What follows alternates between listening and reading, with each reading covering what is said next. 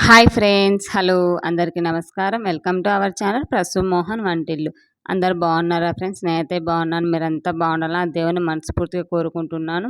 ఇంకా మన వరలక్ష్మి వ్రతానికి అయితే నైవేద్యాలు అయితే ప్రిపేర్ చేస్తూ ఉన్నాను కదా. ఒక 4 ఐటమ్స్ అయితే నిన్నటి వీడియోలో అయితే అప్లోడ్ చేస్తాను. ఇంక ఇవాళ 4 ఐటమ్స్ వీడియోలో అప్లోడ్ చేస్తున్నాను. చూసి ఎలా ఉన్నాయి ఏంటి అనేది నాతో షేర్ చేసుకోండి ఫ్రెండ్స్. ఇంకా ఇవాళ వీడియోలో పులిహోర 2 టైప్స్ ఆఫ్ పులిహోర అండ్ గారెలు ప్లస్ కేసరి, రవ కేసరి ఉంటుంది కదా, రవ కేసరి. ఈ 4 ఐటమ్స్ అయితే ఇవాళ మీతో షేర్ చేసుకుంటున్నాను. ఇంకా ఫస్ట్ రెసిపీ వచ్చేసి పులిహోర, చింతపండు పులిహోర అనమాట. చింతపండు పులిహోర ప్లస్ లెమన్తో చేస్తారు కదా. సో 2 ఐటమ్స్ అయితే ఇందులో ఇంక్లూడ్ చేస్తాను. ఇంకా ఫస్ట్ వన్ వచ్చేసి చింతపండుతో పులిహోర ఎలా చేసుకోవాలి. ముందుగా రైస్ని అయితే నీట్గా వాష్ చేసుకొని ఒక 3 టైమ్స్ అందులోకి సరిపడా ఉప్పు అండ్ కొంచెం ఆయిల్ వేసి అన్నాన్ని బాయిల్ చేసామంటే మనము అన్నం అనేది అతుక్కోకుండా పలుకులాగా, అంటే విడివిడిగా అలాగే వస్తుంది. సో ఇదొక టిప్ అయితే ఫాలో అవ్వండి ఫ్రెండ్స్. ఇంకా ఇందులోకి మనం చింతపండు పులిహోర అన్నాం కదా, చింతపండు వచ్చేసి ఒక నిమ్మకాయ కంటే ఇంకా కొంచెం ఎక్కువనే, అంటే మన క్వాంటిటీని బట్టి మనం చింతపండు అనేది తీసుకోవాలి. నేను ఇంకా చింతపండు అయితే కొంచెం హాట్ వాటర్ వేసి హాట్ వాటర్లో చింతపండు నానబెట్టామంటే మనకు తొందరగా నానిపోతుంది. ఇంకా అవి నానబెట్టుకొని బియ్యాన్ని చింతపండు నానబెట్టుకొని పక్కన పెట్టుకున్న తర్వాత ఇందుకోసం పౌడర్ కావాలి కదా. సో పౌడర్ కోసం అయితే కొన్ని పల్లీలు, జీలకర్ర, ఆవాలు, మెంతులు, మిరపకాయలు వీడియోలో చూపించినవన్నీ, ఇంకా మిరియాలు, ఇవన్నీ వేసి కొంచెం రోస్ట్ చేసుకోవాలా మంచిగా స్మెల్ పోయేంత వరకు. పల్లీల ప్లేస్లో మీరు నువ్వులు కూడా యాడ్ చేసుకోవచ్చు. నా బాగుంటుంది, నువ్వుల పొడి అయినా బాగుంటుంది, పల్లీలైనా యాడ్ చేసుకోవచ్చు. అంటే మరీ ఎక్కువ కాకుండా కొంచెం వేసామా లేదా అన్నట్టయితే మనం యాడ్ చేసుకోవాలి. ఇంకా ఇవన్నీ ఫ్రై చేసుకొని పక్కన పెట్టుకున్న తర్వాత ఇంకా అన్నం గ్యాస్ మీద పెట్టేస్తే అన్నం అయిపోతుంది ఆటోమేటిక్గా. మెయిన్ ప్రాసెస్ వచ్చేసి మనకి చింతపండు అనేది తీసుకోవడం అనమాట. ఇలా మెత్తగా హాట్ వాటర్లో వేసాం కాబట్టి మనకి తొందరగా మెత్తగా అయిపోతుంది, ఈజీగా వచ్చేస్తుంది. ఇంకా అందులో ఉన్న పిచ్చిలు అవన్నీ తీసేసి మొత్తం జ్యూస్ అయితే తీసుకోవాలి. ఇలా జ్యూస్ తీసుకొని ఇందులోకి కొంచెం ఆయిల్, పసుపు యాడ్ చేసేసుకొని ఈ మొత్తాన్ని ఉడకబెట్టుకోవాలి. ఉడకబెట్టుకునేటప్పుడు ఇది గిన్నె అనేది కొంచెం గుంతలాగా ఉండేది తీసుకోండి. ఎందుకంటే ఉడికేటప్పుడు అది అనేది చిట్లకుండా బయట పడుకోకుండా గుంతదైతే సరిపోతుంది. సో ఇలా మొత్తం ఇదైతే కనుక గట్టిగా అయినంత వరకు అయితే మనం బాయిల్ చేసుకోవాలి చింతపండుని. ఇంకా అన్నం చూసారు కదా, అన్నం అయితే అయింది. అన్నం అయ్యే లోపల ఒక పక్క అన్నము ఒక పక్క చింతపండు అయితే పెట్టేశాను. ఇంకా చింతపండు ఇలా దగ్గర కావాలి, మరీ వాటర్ కాకుండా కొంచెం దగ్గర అయిన తర్వాత మనం అయితే తీసుకోవాలి. ఇంకా అన్నము ప్యాన్ కింద పెట్టేసి చల్లగా అయిపోయిన తర్వాత ఇంకా అన్ని వేసి మనం కలుపుకోవాలి. ఇంక ఇప్పుడైతే కనుక చింతపండు యాడ్ చేస్తున్నాను. మన పులుపు తగ్గట్టు చూసి యాడ్ చేసేసుకోండి. అంటే మనకు అర్థమవుతుంది ఆటోమేటిక్గా, ఇంత వేసాము, దీనికి ఇంత సరిపోతుందని మనకు అర్థమవుతుంది కదా మనం కలిపేటప్పుడు. సో ఇలా చింతపండు అయితే వేసేసి మంచిగా కలుపుకున్న తర్వాత ఇంకా లాస్ట్లో పులిహోర అంటేనే మనకి పోపు కదా. సో పోపుకు కావాల్సినవన్నీ చూసుకోవాలి. ఇప్పుడు ఇంకా పోపుకైతే పల్లీలు, కొంచెం శనగపప్పు ఎక్కువ వేసుకోండి, బాగుంటుంది పులిహోరలో తినేటప్పుడు శనగపప్పు అనేది. ఇంకా జీడిపప్పు, ఎండుమిరపకాయలు, పచ్చిమిరపకాయలు, కరివేపాకు, ఇవన్నీ మంచిగా ఫ్రై చేసేసుకొని అన్నంలో కలిపేసుకోవాలి. ఇంకా లాస్ట్లో పులిహోర అంటే మర్చిపోకుండా యాడ్ చేసుకోవాల్సింది ఇంగువ అండి. ఇంగువ వేస్తేనే పులిహోర చాలా అంటే చాలా బాగుంటుంది. స్మెల్ కానీ తినడం కానీ చాలా బాగుంటుంది. ఖచ్చితంగా యాడ్ చేసుకోండి ఈ ఇంగువనైతే కనుక. ఇంకా లాస్ట్లో ఈ పోపు అంతా వేసేసి కలిపేసుకోవాలి. ఇంకా మనం ఇవన్నీ ఫ్రై చేసుకున్న పౌడర్ ఉంటుంది కదా, పౌడర్ని మెత్తగా మిక్సీ పట్టేసి పౌడర్ని కూడా యాడ్ చేసుకోవాలి. ఈ పౌడర్ వేయడం వల్ల స్మెల్ కానీ చాలా అంటే చాలా బాగుంటుందండి పులిహోర. చింతపండు పులిహోర చాలామంది ఎక్కువ ప్రాసెస్ అని చేయాలంటే కష్టపడుతూ ఉంటారు కదా. సో మనం చింతపండు ఒక్కసారి బాయిల్ చేసుకొని స్టోర్ చేసుకున్నామంటే ఎప్పుడు కావాలంటే అప్పుడు పులిహోర అనేది చేసుకోవచ్చు. ఎంతో టేస్టీగా ఉండే పులిహోర అయితే మనకి ఈజీగా అయిపోతుంది. అమ్మవారికి ప్రసాదంగా కూడా చాలా బాగుంటుంది పులిహోర. సో చూశారు కదా ఎంత మంచిగా వచ్చిందో. మా పాపకి ఆ రోజు ఇంకా మార్నింగే చేశాను నేనైతే కదా, బాక్స్ కూడా అదే పెట్టించి పంపించాను. ఇంకా సెకండ్ ఐటెం వచ్చేసి గారెలు, మినపగారెలు అండి. ఇవి చాలామంది మిక్సీలో పట్టిన పిండితో రావు, చిట్లిపోతాయి అంటూ ఉంటారు కదా. సో ఇలా మేము మిక్సీలో పట్టిన పిండితోనే నేనైతే గారెలు ప్రిపేర్ చేస్తాను. మనకి ఇంకా అందరి ఇళ్ళల్లో గ్రైండర్లు ఉండాలని ఏం లేదు కదా. సో అందుకనేసి నేనైతే ఇందుకోసం నైటే ఒక గ్లాస్ మినపప్పు అయితే నానబెట్టుకొని పెట్టుకున్నాను. మనం పనుకునేప్పుడు నానబెట్టి పెట్టుకుంటే మార్నింగ్ కల్లా ఈజీగా అయిపోతాయి. ఎందుకంటే నెక్స్ట్ ఆ రోజు నైట్ ఎలాగో అమ్మవారికి అన్నీ చేర్చుకుంటూ ఉంటాం కదా, సమకూర్చుకుంటూ ఉంటాం కదా సామాన్లు అవన్నీ. సో అలానే ఇవి కూడా శనగలు ఇలాంటివి నానబెట్టేటి ఏమైనా ఉంటే నానబెట్టుకుంటే సరిపోతుంది. ఇంకా నైట్ అయితే నానబెట్టేసి మార్నింగ్ కల్లా ఇలా మొత్తం అంటే వాటర్ ఏమీ వేయకోకుండా మనం మెత్తగా మిక్సీ పట్టేసుకోవాలి.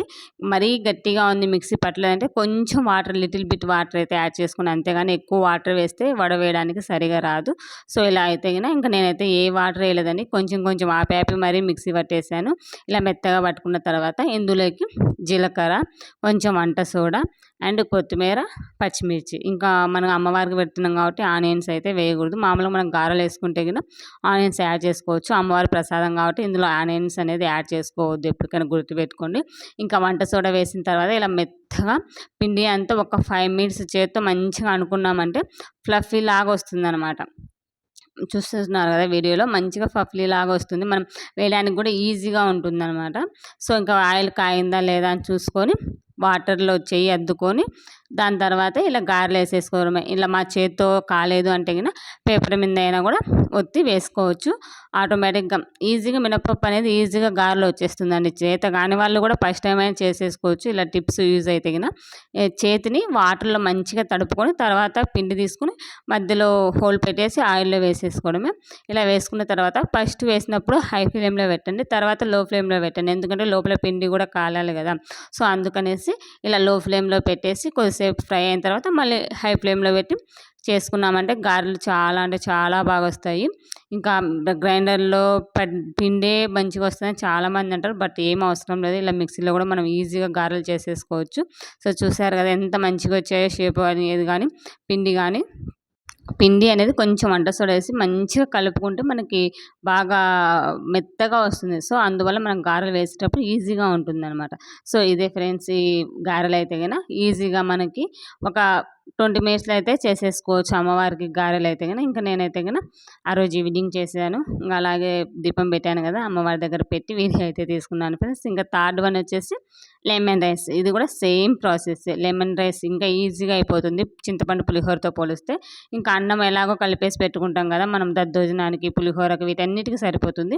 ఇంకా అదే అన్నాన్ని కొంచెం నిమ్మకాయలు వేసి కలిపేసి పక్కన పెట్టుకోవాలి. పట్టుకున్న తర్వాత పోపు వేసేసుకోవడం. ఇందులో కాయలు పెట్టేసి ఇంకా జీడిపప్పు, పల్లీలు, శనగపప్పు, తిరువాత గింజలు అంటే జీలకర్ర, ఆవాలు ఇవన్నీ వస్తాయండి. మేము తిరువాత గింజలే అంటాము. ఇంకా ఎండుమిర్చి, పండుమిరపకాయలు ఇవన్నీ వేసి కొంచెం పసుపు వేసేసి లాస్ట్లో ఇంగువ అనేది ఖచ్చితంగా వేయాల్సిందే. ఇంగువ వేస్తేనే మనకు స్మెల్ కానీ తినడం కానీ బాగుంటుంది. సో ఇంక ఈ పోపును ఇందులో వేసేసి కలిపేసుకోవడమే. చాలా అంటే చాలా ఈజీ ప్రాసెస్. ఈ లెమన్ రైస్ అయితే గిన అంటే లెమన్ రైస్ చేయొచ్చు, చింతపండుతో అయినా చేయొచ్చు, ఎవరి చాయిస్, ఏదైనా పెట్టచ్చు అమ్మవారికి. నేనైతే గిన ఇలా 2 అయితే ప్రిపేర్ చేస్తూ ఉంటాను ఎప్పుడన్నా. ఇంకా ఈజీగా అయితే ఇదైతే కనుక ఈజీగా అయిపోతుంది. ఇంకా పోపు అంతా వేసేసుకొని కలిపేసుకోవడమే. ఇంకా అన్నంలో ఎలాగో మనం ఉప్పు వేసినాం కాబట్టి మళ్ళీ ఉప్పు వేయాల్సిన అవసరం ఉండదు. సో ఈజీగా అయిపోయే లెమన్ రైస్ అయితే ఇది. ఇంకా చింతపండుతో కొంచెం ప్రాసెస్ అనుకుంటే ఆ రోజు నైటే మీరు చింతపండు తీసుకొని పెట్టుకున్నారంటే కనుక ఇంకా ఈజీగా అయిపోతుంది. దీంతో పోలిస్తే అది కూడా ఈజీగా అన్ని పోపు వేసేసి కలిపేసుకోవడమే.